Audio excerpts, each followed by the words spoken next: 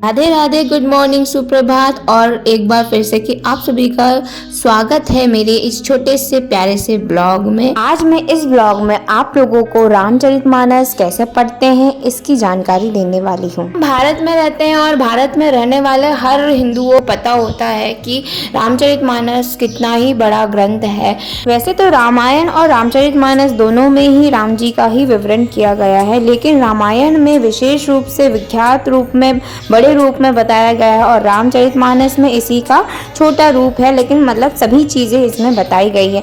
रामायण जो है वेदव्यास जी ने लिखा है और रामचरितमानस तुलसीदास जी ने लिखा है। तो जैसे कि हमें पता है कि राम जी के बारे में इसमें लिखा है, तो हमारे जो भगवान है श्री राम जी, उनके बारे में लिखा है। तो इस अगर उनके बारे में हम पढ़ते हैं, उनके बारे में पूरी जानकारी लेते हैं, तो इसमें हमारा कोई भी नुकसान नहीं है, उल्टा उनकी कृपा हम पर बनी रहेगी और हमें उनके बारे में और जानने का मौका मिलेगा।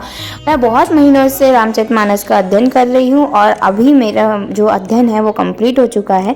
इसलिए आज शनिवार के दिन सुंदरकांड का अध्ययन करके और विधि विधान से पूजा पाठ करके मैं आज रामायण रामचरितमानस का समापन करने जा रही हूँ। इसलिए आज मैंने साड़ी पहनी है ताकि मैं अच्छे से पूजा पाठ कर सकूँ।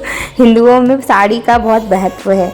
हम बात करें कि रामचरितमानस में कितनी चौपाइयाँ, कितने दोहे और कितने कांड हैं, तो चौपाइयों की बात करें तो टोटल इसमें 9,388 चौपाइयाँ हैं, 1168 दोहे हैं और 207 मिलाकर कुल सोठे हैं। और कांड की बात करें तो इसमें कुल मिलाकर 7 कांड होते हैं, जिसमें कुछ कांड जैसे बाल कांड, अयोध्या कांड, किष्किंधा कांड, अरण्य कांड, सुंदर कांड, लंका कांड, ऐसे करके बहुत सारे कांड होते हैं जिसमें हमें सारी जानकारियाँ प्राप्त होती है हर एक जगह की।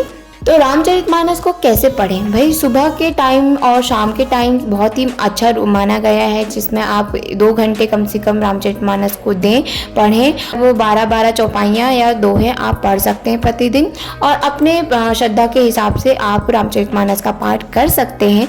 कई लोग जो होते हैं वो मासिक रूप में पढ़ते हैं, कई लोग को साप्ताहिक रूप में पढ़ते हैं, लेकिन मैंने इसे ना मासिक रूप में पढ़ा ना साप्ताहिक रूप में पढ़ा। मैंने इसे अपने श्रद्धा के हिसाब से पढ़ा है, जितना मुझे समय मिला उसके हिसाब से, क्योंकि भगवान आपसे ये नहीं बोलता है कि आप इसे इतने ही टाइम पे ख़त्म करें।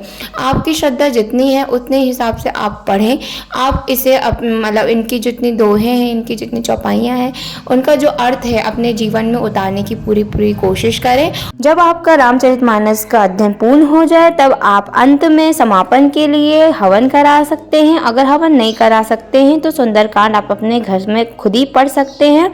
सुंदरकांड 1.5 घंटे से 2 घंटे तक पढ़ना होता है कंटिन्यू। इसके लिए आप भोग बनाएं, भगवान जी के लिए फल फूल चढ़ाएं और पूरी सुंदरकांड करने के बाद, पाठ पढ़ने के बाद आरती उतारें और आरती करने के बाद समापन कर सकते हैं। याद रखिए कि भोग जब भी चढ़ाएं तो उसमें तुलसी जी की पत्ती ज़रूर डालें।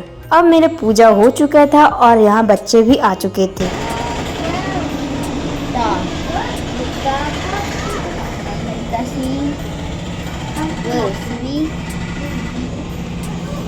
तो दोस्तों देख सकते हैं मैं बैठी हूँ, और मैं क्यों बैठी हूँ, काम क्यों नहीं कर रही हूँ, बिकॉज मेरे काम हो चुके हैं और मैं फ्री बैठी हूँ। खाना बन चुका है, अब खाना खाना है, लेकिन खाना खाने के लिए पतिदेव नहीं है और पतिदेव का इंतज़ार हो रहा है फ़िलहाल। जी हाँ, मैं अपने पतिदेव का इंतज़ार कर रही हूँ, क्योंकि मेरी ज़िंदगी में मुझे लगता है इसके अलावा कोई दूसरा काम है नहीं कि काम करो और पति का इंतज़ार करो।